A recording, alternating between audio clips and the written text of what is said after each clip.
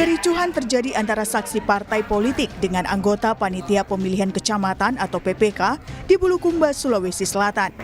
Adu mulut dipicu adanya perbedaan jumlah suara, di mana data suara tidak sah yang dimiliki saksi parpol tidak sesuai dengan angka suara C1 Plano yang diupload oleh PPK. Di Serang, Banten, 4 TPS melakukan pemungutan suara ulang. PSU dilakukan karena diduga terjadi pelanggaran pemilu, di mana ditemukan pemilih yang tidak terdaftar dalam DPT serta data pemilih meninggal dunia namun digunakan orang lain untuk mencoblos surat suara DPRD. PSU di Kota Serang atas rekomendasi Bawaslu Kota Serang kita ada 4 lokasi ya. Yang pertama di TPS 1 Kelurahan Banjarsari, Kecamatan Cipocok Jaya. Yang kedua di TPS 7 Kelurahan Kamanisan, Kecamatan Curug. Yang ketiga TPS 24 di Kelurahan Sepang, Kecamatan Taktakan. Dan yang terakhir di TPS 5 Kelurahan Bendung, Kecamatan Kasemen.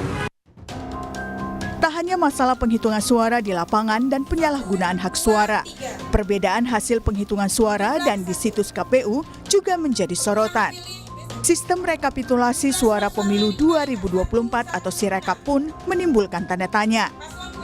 Sekjen PDIP, Hasto Kristianto menyebut PDIP akan mengawal terus penghitungan suara pemilu 2024 mengingat sistem penghitungan KPU banyak yang meragukan.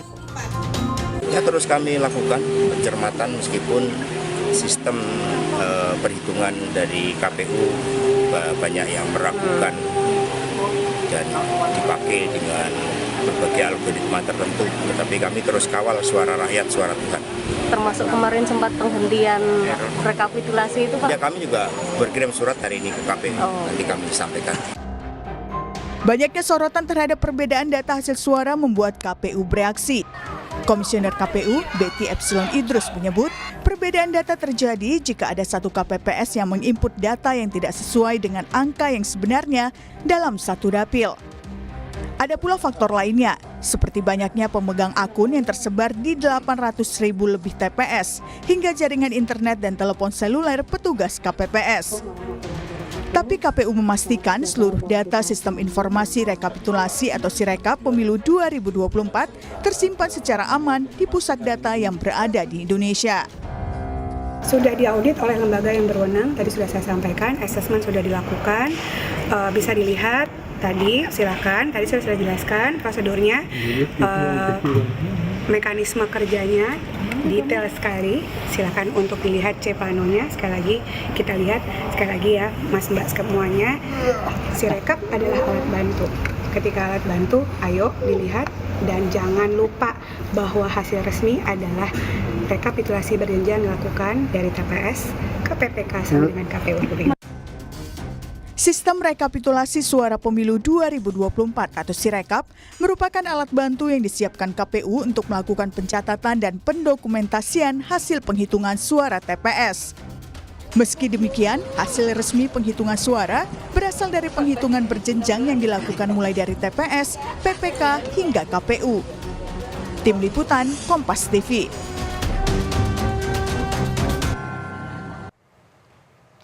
Pemungutan suara pemilu 2024 telah selesai, tapi sejumlah masalah masih mengikuti, mulai dari penyalahgunaan hak suara hingga perbedaan hasil penghitungan suara di lapangan dan juga situs KPU yang diterapkan dalam sistem informasi rekapitulasi suara di KPU. Kondisi ini pun menimbulkan pertanyaan, apakah benar terjadi kecurangan di pemilu kali ini? Kita akan bahas soal ini bersama sejumlah narasumber. Ada Komisioner KPU periode 2017-2022, Bung Ilham Saputra. Selamat pagi. Selamat pagi, Mas. Sehat ya? Sehat, alhamdulillah. Oke. Di sambungan virtual juga ada anggota Dewan Pembina Perludem, Titi Anggreni, dan pakar IT dari Sisrek, Pratama Persada. Selamat pagi, Mbak Titi, Mas pagi. Pratama. Radi, pagi, Mas Radi, Mas Pratama, Pak Ilham. Ya, saya ke Bung Ilham dulu deh. Ini KPU sebut banyaknya pemegang akun ini membuat Sirekap datanya tidak sinkron dengan yang ada di lapangan. Apa alasan ini logis sebagai alasan mereka di saat Sirekap ini jadi perbincangkan dan kritik publik, mengundang kritik publik begitu ketika datanya juga tidak sinkron antara TPS yang sudah dihitung dengan Sirekap yang sekarang. Ya, kalau saya berdasarkan pengalaman ya, penggunaan Sirekap yang dilakukan pada periode kami itu dilaksanakan atau digunakan pada Pilkada 2020 lalu. Dan itu seperti biasa kami juga melakukan disclaimer bahwa ini hanya alat bantu dan ini adalah pengembangan dan pengalaman evaluasi kami dari penggunaan situng ketika Pileg Pilpres 2019 sebelumnya. Jadi kami merasa bahwa perlu dicari alternatif teknologi yang kemudian bisa lebih transparan dan juga memudahkan pemilih untuk bisa mengupdate informasi hasil perolehan suara day by day. Nah, tetapi pengalaman kami pada 2020 lalu ketika menggunakan Sirekap, itu akunnya hanya dipegang oleh satu KPPS. Waduh. Nah, ini penting yang kami sampaikan ke KPPS sehingga hanya dia saja yang kemudian bisa jadi yang bisa memfoto itu hanya satu petugas. Gitu, yang punya HP atau HP yang kemudian sudah memenuhi syarat ke klasifikasi atau kemudian bisa memang digunakan sebagai alat pengguna Sirekap. Seperti itu. Nah, walaupun Sirekap ini disclaimer adalah hanya untuk sebagai pembanding, sebagai alat transparansi, tetapi kemudian masyarakat pertama tidak disosialisasikan. Buat apa sih penggunaan Sirekap? Ya, sekarang orang ribut dan ramai kemudian bahwa banyak sekali perbedaan data, perbedaan perolehan suara yang ada di Sirekap yang melonjak lah, kemudian tidak make sense, kemudian juga ada suara yang melebihi dari jumlah DPT di TPS, misalnya seperti itu. Nah, pengalaman kami penggunaan Sirekap pada tahun 2020 lalu, kami melakukan uji coba yang lumayan masif, gitu ya, uji coba di daerah-daerah, dan memang penggunaan kami hanya untuk pilkada yang memang skupnya lebih kecil ya. Nah kemudian setelah itu kami evaluasi dan kami juga menggunakan ITB tetap sebagai provider Sirekap ini. Kami diskusi lagi dengan mereka dan pada tahun 2021 akhir dan 2022 kami juga ketemu dengan rektor kembali untuk mengembangkan apakah mungkin Sirekap ini kita gunakan pada Pilpres dan Pileg 2024. Nah, setelah ada MOU, nah sampai situ kami tidak lagi setelah masa jabatan kami berakhir pada April 2022, nah itu kami tidak pernah diajak diskusi lagi soal itu. Ya, transfer knowledge tidak ada dan sampai saat ini juga kami tidak pernah diundang lagi untuk mendiskusikan apapun terkait dengan penyelenggaraan pemilu. Padahal Bung Ilham juga transfer knowledge yang dibutuhkan itu juga sangat penting sepertinya. Karena pernah digunakan dalam pilkada meskipun skupnya kecil, tapi ini harusnya jadi pelajaran bersama. Tapi begini, saya juga punya pengalaman meliput penghitungan suara pada saat saya di lapangan pada saat itu, mulai pemilu 2009. Ketika itu memang ada sistem tabulasi juga yang sudah ditampilkan di situs KPU. Tapi ada data pembanding ketika kita datang ke KPU, itu ditampilkan di seperti ruang media center begitu. Jadi kita bisa mengakses bersama.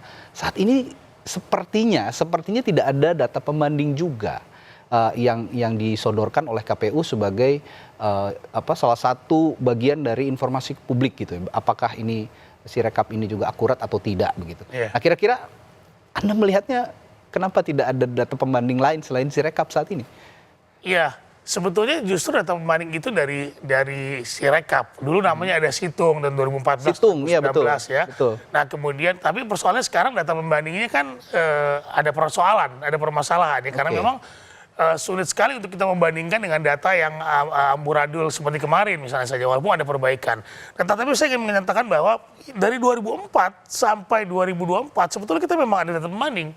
Ya 2004, 2009 walaupun memang tidak maksimal hasil scanan dulu belum situng namanya dulu. 2014 baru situng hasil scanan tapi belum maksimal, hanya sampai mungkin 20-30%, 2004 ada sekian persen, 2009 20 sekian persen kalau saya tidak salah, kemudian 2014 ada sekian 80 sekian persen, 2019 kita mencapai 90% ya untuk menjadikan data itu. Dan sekarang saya tidak tahu apakah kemudian sudah sejauh mana ini sekarang Sirekap ini bisa memberikan informasi kepada masyarakat. Maksudnya mungkin baik ya, ada satu pintu gitu informasi penghitungan suara. Tapi kalau misalnya memang ada masalah ya seharusnya ada juga informasi pembanding mengenai hal ini, dan ini harus diungkapkan kepada publik. Mbak Titi, ini lagi-lagi Mbak Titi ya, kalau saya lihat tadi juga kita dalam berita pengantar sudah melihat ada protes sana-sini, ada protes dari saksi partai politik, belum lagi saksi capres-cawapres begitu di berbagai daerah di seluruh Indonesia. Saya agak khawatir jika ini didiamkan akan menjadi bola salju dan makin besar dan akhirnya eskalasinya masuk ke tahap nasional. Lagi-lagi pertanyaan saya sama, apa yang harus dilakukan KPU ketika ini sepertinya terkesan didiamkan begitu Mbak Titi? Iya, terima kasih Mas Radi. Jadi problem Sirekap ini saya kira ada 3 hal. Nanti yang detailnya bisa dengan Mas Pratama. Ya. Pertama adalah problem teknologi ya. Nah itu memang disampaikan bahwa ada ketidakakuratan di dalam mengkonversi foto menjadi angka. Nah yang kedua itu ada problem sosialisasi, itu tadi sudah disampaikan juga oleh Pak Ilham. Meskipun ada disclaimer itu di bagian bawah. Dan banyak caleg kita itu yang terlalu terpana dan terpesona dengan angka yang tiba-tiba naik luar biasa. Ya. Ada yang sampai puluhan ribu dan seterusnya. Dan ini berkaitan dengan pemahaman cara kerja Sirekap. Jadi mereka ketika mengakses Sirekap langsung mendapati angka-angka yang bombastis tanpa memahami bahwa mereka juga harus melihat pindai C hasil ya seperti di layar ya. Yang merupakan cerminan bisa dikatakan begitu walaupun juga tetap harus diperiksa hasil otentik TPS. Nah dia hanya fokus pada yang ini nih. Dia tidak lagi mengecek gambar C hasil yang merupakan hasil otentik. Kan sebenarnya hasil kerja KPPS itu yang otentik itu adalah yang difoto tadi, image C hasil. Tapi karena cara kerja itu tidak dipahami oleh caleg dan bahkan oleh publik dan itu wajar. Karena mereka tahunya Sirekap itu produk resmi dari KPU ketika mereka membuka. Nah data-data yang seperti di layar ini kan mencerminkan perolehan suara caleg. Seolah-olah itulah yang final, padahal kan tidak demikian. Nah itu problem sosialisasi itu bisa berbahaya, terutama kemudian ketika sampai kepada pihak-pihak yang tidak memahami konteks dengan baik. Dan dia akan semakin berbahaya yang ketiga nih, kalau respon di dalam menyikapi temuan ataupun kemudian laporan itu lambat atau dianggap tidak memuaskan, maka dia akan terkonklusi kepada tuduhan atau dugaan kecurangan, manipulasi, dan seterusnya. Jadi ini juga yang menjadi catatan berikutnya Mas Radi. Nah saya kira yang harus dilakukan oleh KPU mau tidak mau adalah bagaimana memperbaiki satu teknologinya sendiri ya supaya lebih akurat dan lebih meyakinkan dan tidak ada lagi distorsi-distorsi. Apakah itu bisa atau tidak? Mari kita tanya Mas Pratama. Yang kedua adalah mengintensifkan sosialisasi cara kerja Sirekap ini setelah memperbaiki kinerja Sirekap, perbaiki sosialisasi, perbanyak informasi publik, public outreach. Kan di KPU punya divisi hubungan lembaga dan masyarakat kan, partisipasi masyarakat, manfaatkan dong begitu. Nah yang ketiga itu menurut saya adalah soal respon. Jadi bagaimana KPU ini rutin mampu menjelaskan setiap perkembangan kepada masyarakat, bukan berbentuk defensif, seolah-olah membela diri tidak mau mendengar, tapi justru ada laporan, ada keberatan, ada temuan langsung dijawab begitu ya. Tidak kemudian menunggu lama. Yang berbahaya dari informasi yang terbiarkan itu adalah dugaan atau spekulasi soal kecurangan atau soal pelanggaran. Nah itu yang tidak boleh. Sebenarnya apa yang disampaikan oleh Sirekap ini bagi saya masyarakat sipil itu sangat diperlukan. Karena tidak mungkin saya bisa membaca hasil dari semua TPS, minimal saya bisa melihat konfigurasi di daerah saya, di kelurahan saya, kecamatan saya. Karena kan tidak mungkin saya setiap hari bisa ke kecamatan memeriksa proses walaupun sudah ada pengawas dan lain sebagainya. Jadi ini bentuk transparansi yang baik, tapi dia bisa menjadi tidak akuntabel kalau sosialisasinya buruk, respon atas tanggapan masyarakatnya juga lambat gitu. Jadi makanya saya suka bilang Sirekap ini upaya transparansi tapi belum akuntabel begitu. Nah itu yang harus diperbaiki oleh KPU. Baik, saya sepakat dengan Mbak Titi bahwa saya juga tiap hari mengakses Sirekap ini untuk memantau pergerakan suara para calon anggota legislatif, lalu capres-cawapres begitu, karena perkembangannya juga menarik untuk diamati, terutama kami media juga ingin tahu begitu ya, apakah parpol A atau parpol B dan C ini lolos ke parlemen, termasuk caleg-caleg yang mendapatkan kursi siapa saja. Tapi ya itu tadi, saya menyambung pertanyaan Mbak Titi ke Mas Pratama. Mas Pratama, jika yang dikatakan Mbak Titi, pertanyaan Mbak Titi tadi, distorsi yang harus dieliminasi, yang harus diantisipasi oleh KPU dalam sistem informasi rekapitulasi ini sebenarnya apa saja? Ya, jadi sebenarnya saya setuju dengan Mbak Titi bahwa fitrahnya itu si rekap ini bagus gitu untuk transparansi supaya masyarakat tahu. Cuma KPU tidak berpikir sebelumnya, tidak memperencanakan bahwa TPS-nya itu ada 823.000 lebih. Handphonenya menggunakan handphone petugas KPPS yang beda-beda, kameranya kadang-kadang buram, handphonenya banyak malware dan lain-lain begitu. Sehingga ada kemungkinan kesalahan baca karena teknologi OCR dan OMR ini bukan teknologi yang bagus banget juga begitu, sudah lama teknologi ini gitu. Ada kesalahan baca. Nah, kesalahan fatal dari aplikasi Sirekap ini adalah tidak adanya error checking atau error handling ketika suara dalam satu TPS itu melebihi dari 300. Ini kan lucu.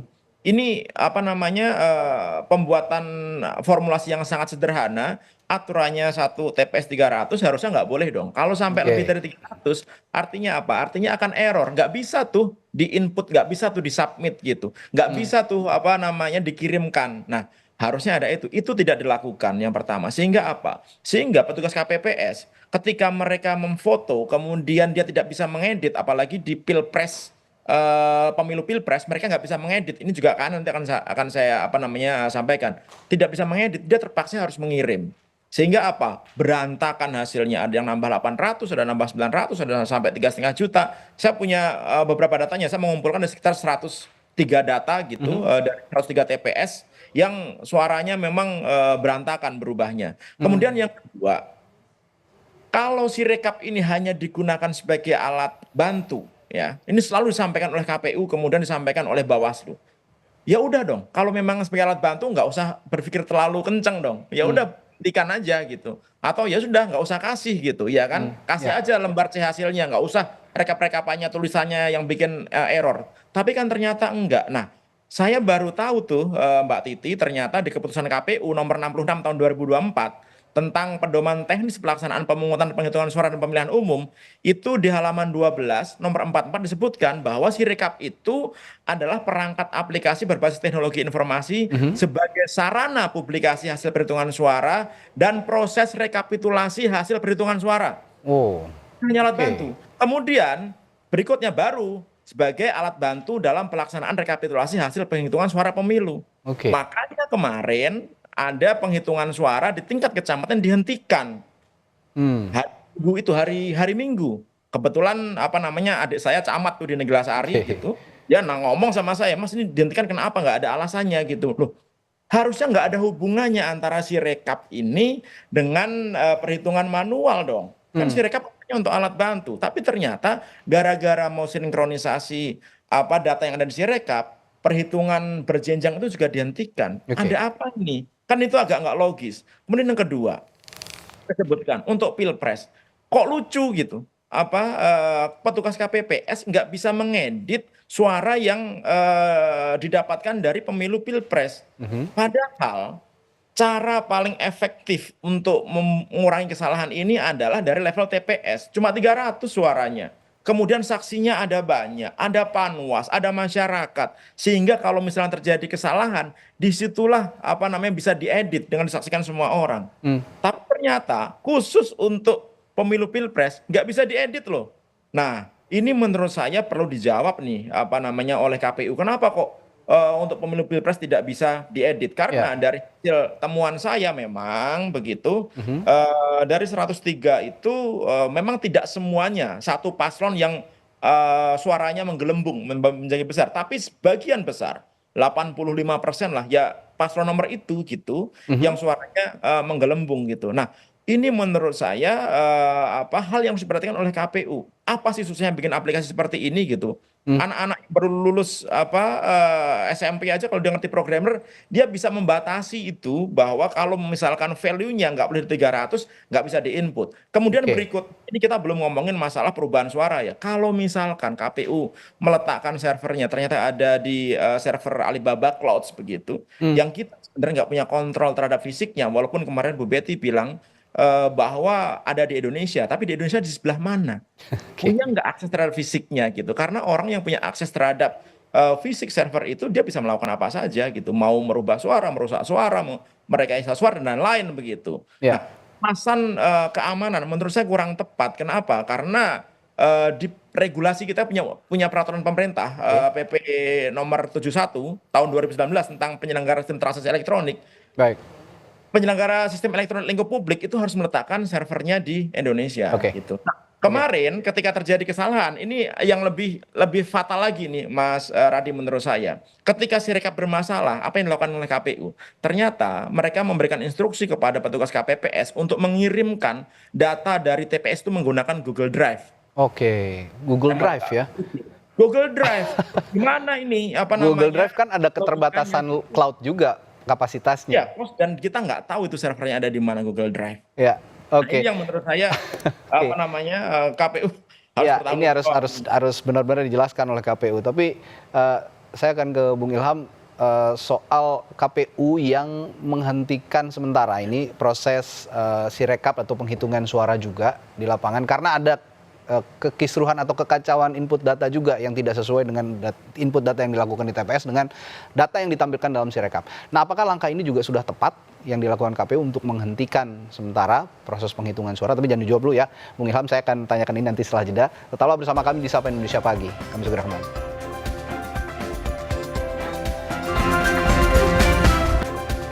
Ya, masih membahas kekacauan atau kekisruhan sepertinya yang tampak di publik dari sistem informasi rekapitulasi suara penghitungan suara di KPU dari pemilu 2024. Tadi saya tanyakan ke Bung Ilham sebelum jeda soal penghentian sementara rekapitulasi suara dan juga penghitungan yang ditampilkan dalam Sirekap ini. Apakah sudah tepat kebijakan yang dilakukan? Sama sekali tidak tepat ya, justru itu berbahaya kemudian bahwa orang melihat ini orang mau sinkronkan ke Sirekap atau sebaliknya. Nah, ini gitu. Jadi agak bingung, termasuk kita publik juga bingung gitu. Betul. Saya seharusnya tidak dihentikan. Jangan pernah menghentikan proses rekapitulasi yang memang sebetulnya tidak ada masalah untuk dilanjutkan. Sirekap ini kan betul kata seperti Mas Pratama tadi, ini kan alat bantu. Harusnya alat bantu ini kemudian menyesuaikan dengan rekapitulasi manual yang kemudian akan dilakukan rekapitulasi di kecamatan.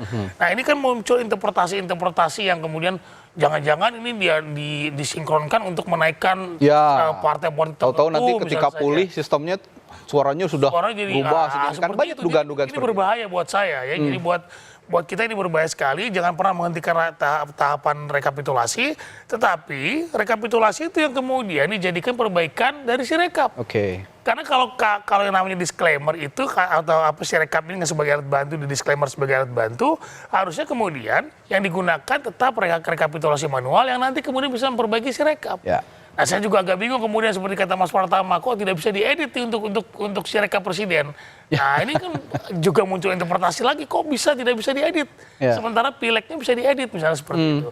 Interpretasi masyarakat ini kan juga ya seperti kata Titi bilang tadi bahwa masyarakatnya sudah paham betul terkait dengan IT. Jadi nggak bisa dibodoh-bodohin lagi lah.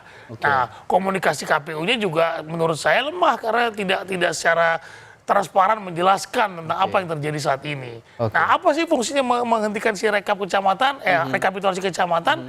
Nah, sekali lagi ini akan munculkan sakwa-sangka dari insan pemilu. Gitu. Nah, sakwa-sangka ini yang saya tadi agak khawatir, berkali-kali juga kita ingatkan juga kepada KPU jangan sampai menjadi bola salju gitu ya. Makin membesar, protes-protes ini tereskalasi ke tingkat nasional. Itu yang tidak kita inginkan bersama.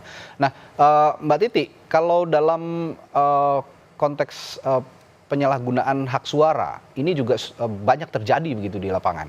Ketika kita mengecek C1 Plano yang sudah dihitung oleh di TPS dengan yang sudah diupload di di Sirekap ini juga berbeda. Ini diduga ada perbedaan penghitungan suara di lapangan dan situs KPU menimbulkan banyak asumsi. Nah, jika terjadi kecurangan di pemilu kali ini, apa yang harus dibenahi dan respons Anda soal ini bagaimana, Mbak Titi? Ya, pertama Mas Radi, menurut saya KPU tetap harus upload C hasil itu secara penuh atau 100%. Karena bagaimanapun sebenarnya C hasil itu bisa mencegah terjadi kecurangan atau manipulasi. Kita harus akui lah, walaupun partai mendapat salinan C hasil di TPS saya itu saksi yang hadir itu hanya 7. Sementara peserta pemilu kita ada 18. Jadi dari sana saja adalah ekspresi bahwa tidak semua partai mendapatkan akses pada salinan hasil. Makanya kemudian kalau partainya betul-betul solid bekerja mengkonsolidasi C hasil dari setiap TPS, udah beres tuh sama partai. Tapi kan tidak begitu, dan tidak semua caleg kita itu bisa mendapatkan akses pada C-Hasil, terutama teman-teman caleg perempuan.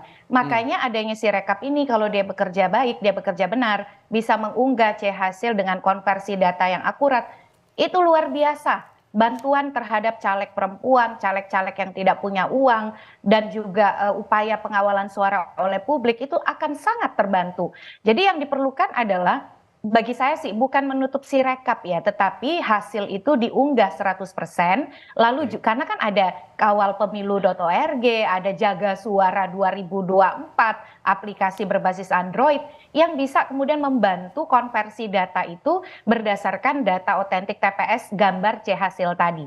Jadi kalau saya menunggu KPU menuntaskan pengunggahan 100% gambar atau image C-Hasil.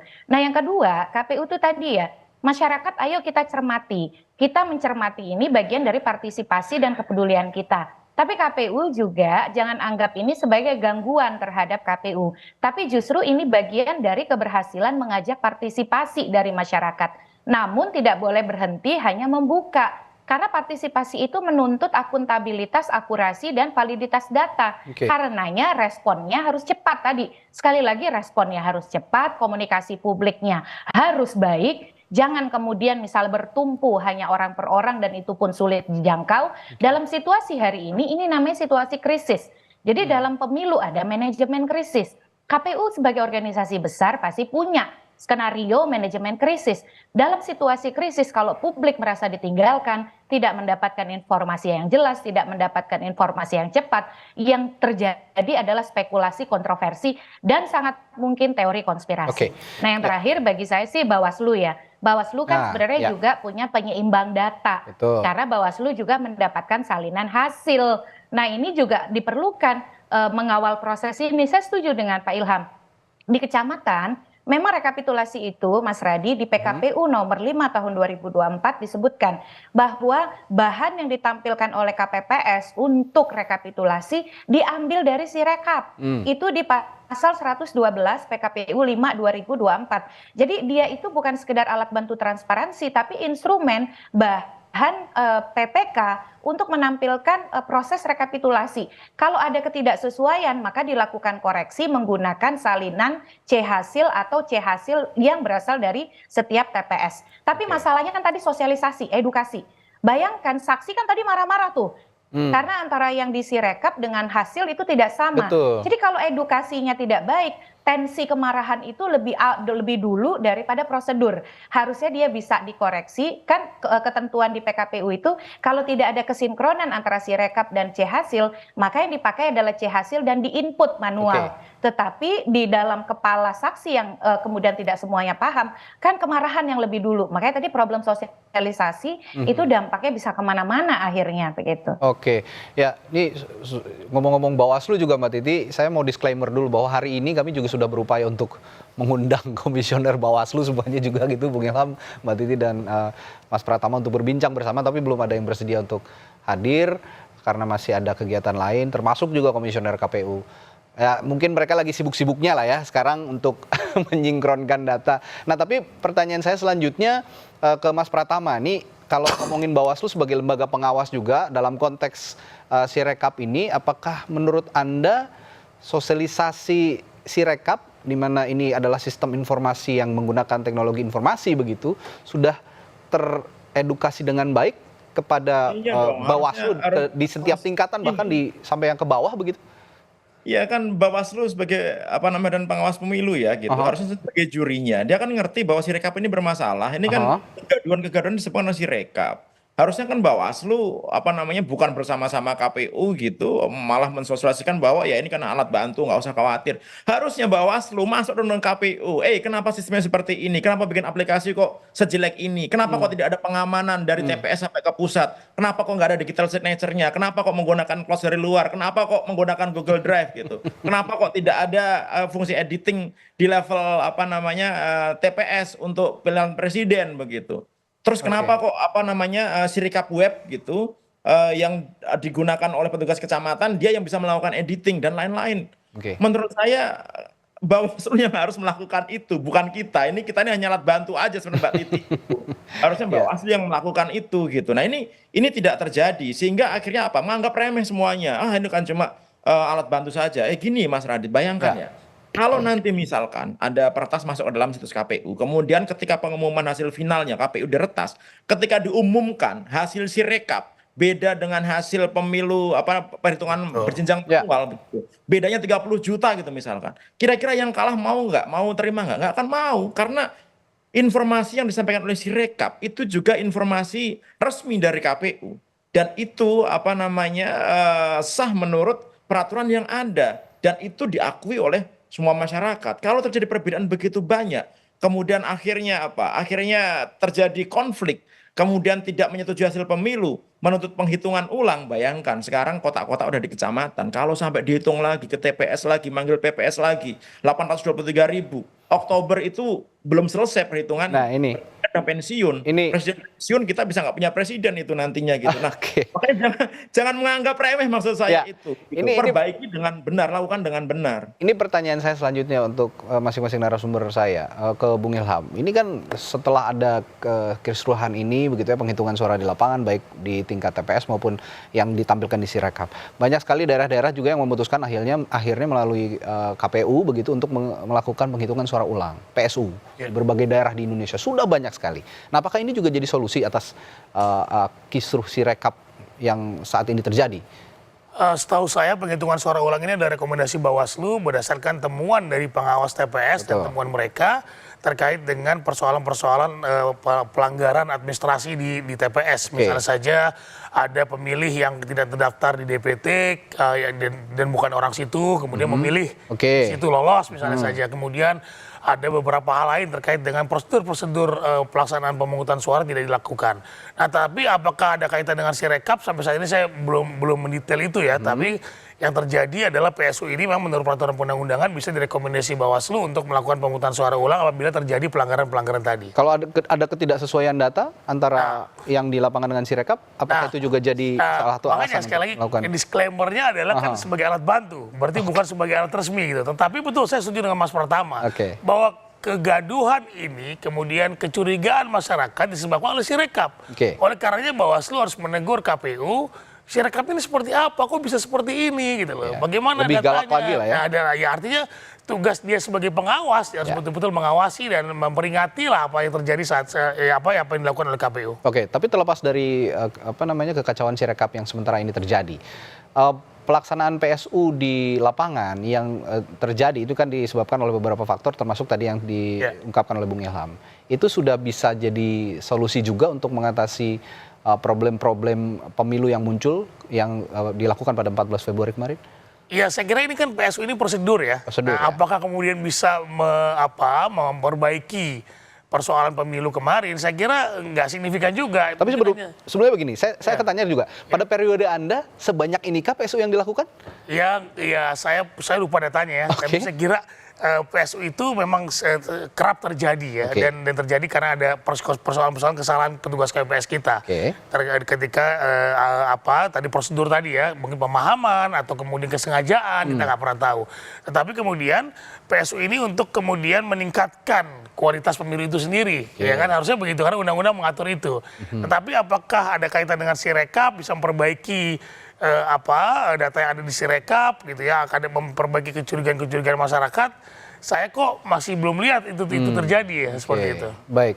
Ya, pertanyaan yang sama Mbak Titi soal PSU yang sekarang sepertinya banyak sekali terjadi di berbagai daerah karena ada masalah-masalah dalam penyelenggaraan pemilu tanggal 14 kemarin. Mungkin salah satunya juga karena ada ketidaksesuaian data meskipun ini belum ditelaah lebih jauh begitu.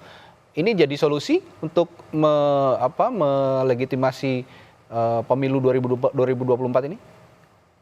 PSU itu setahu saya bukan karena persoalan Sirekap, tetapi karena ada persoalan lagi-lagi pemicu utama itu sosialisasi. Jadi banyak pemilih dan penyelenggara pemilu kita di lapangan itu yang misleading. Contoh tadi soal bisa memilih menggunakan KTP elektronik dimanapun berada. Nah itu ternyata yang termakan hoax itu bukan hanya pemilih, tapi juga petugas. Jadilah itu di dalam undang-undang pemilu kita mengakibatkan pemungutan suara ulang.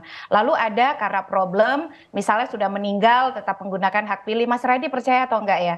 Masih ada pemilih yang teredukasi yang menganggap bisa memilih menggunakan perwakilan. Mewakilkan kepada anaknya. Dia tidak punya intensi curang, dia itu hanya tidak tahu, tidak teredukasi.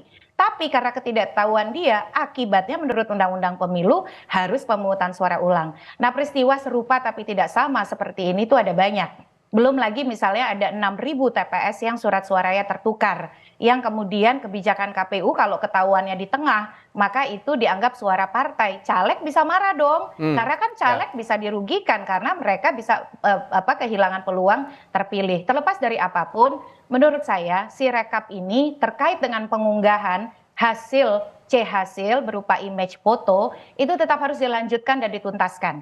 Karena justru dengan itulah KPU bisa mencegah berbagai spekulasi karena pengunggahan hasil yang otentik tadi itu bisa dinetralisir oleh partisipasi masyarakat yang ikut ambil peran misalnya di dalam membantu menghitung seperti gerakan kawal pemilu di 2014. Gerakan itu di 2024 banyak sekali. Ada jagapemilu.com, ada jaga suara 2024, ada jaga suaramu.id dan beberapa gerakan lain.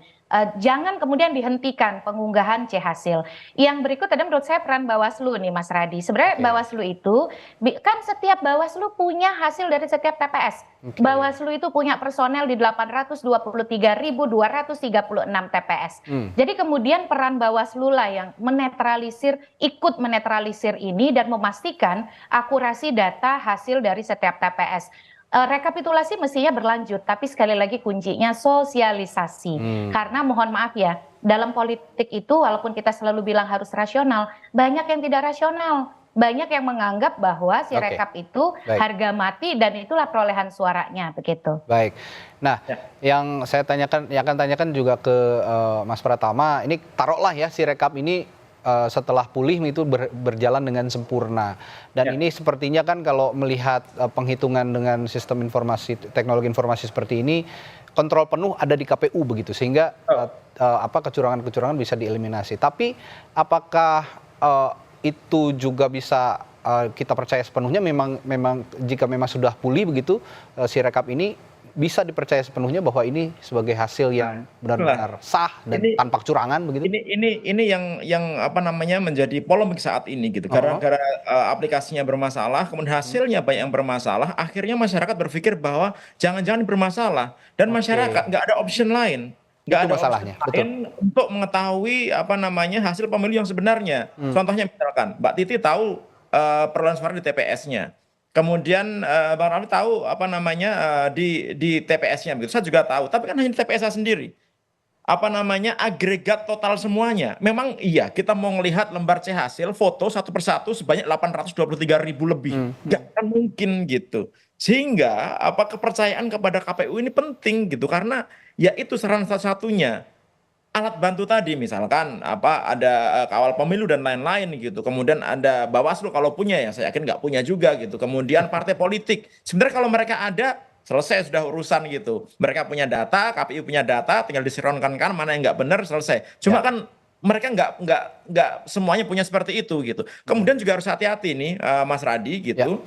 Ketika lembar hasil itu diupload bagus memang, saya setuju Mbak Titi gitu, ada transparansi gitu. Tetapi ketika nanti tanggal 20 Maret diumumkan, kemudian peserta pemilu itu hanya memiliki waktu 3 hari untuk melakukan komplain. Bayangkan kalau misalkan dia memiliki wilayah 16.000 TPS seperti teman saya gitu. Nggak akan mungkin dalam waktu 13 hari ngumpulin lembar C1-nya, kemudian ngitung lagi awal nggak mungkin. Jadi harus mulai sekarang nih. Dan benar tadi saya setuju dengan Mbak Titi, harus diupload semua sebelum tanggal 20 Maret. Ini kan sebenarnya simpel. Loh, si rekap ini kan diharapkan 2 hari setelah pencoblosan 100%. Gitu. Orang base sistem kok dari TPS langsung dikirim secara real, nggak lewat mana-mana langsung ke pusat begitu. Ya kan? Kan harus 100%. Kan sampai sekarang belum gitu. Nah, ini menurut saya juga perlu dijelaskan oleh KPU kok bisa selambat ini? Kenapa gitu? Ada masalah apa gitu? Ya, kalau saya bisa simpulkan begitu ya, perbincangan kita hari ini mengarah semua pertanyaannya ke KPU gitu ya. Ini harus sebenarnya yang bisa menjawab ya KPU. Lagi-lagi saya juga memohon, mungkin kita semua mewakili Bung Ilham, Mbak Titi dan juga Mas Pratama, ayo dong KPU berikan solusi, berikan pola komunikasi yang lebih baik, sosialisasi yang lebih baik kepada masyarakat agar dugaan-dugaan kecurangan yang disangkakan oleh kita semua publik ini juga bisa dijelaskan dengan baik begitu. Kalau memang tidak ada kecurangan.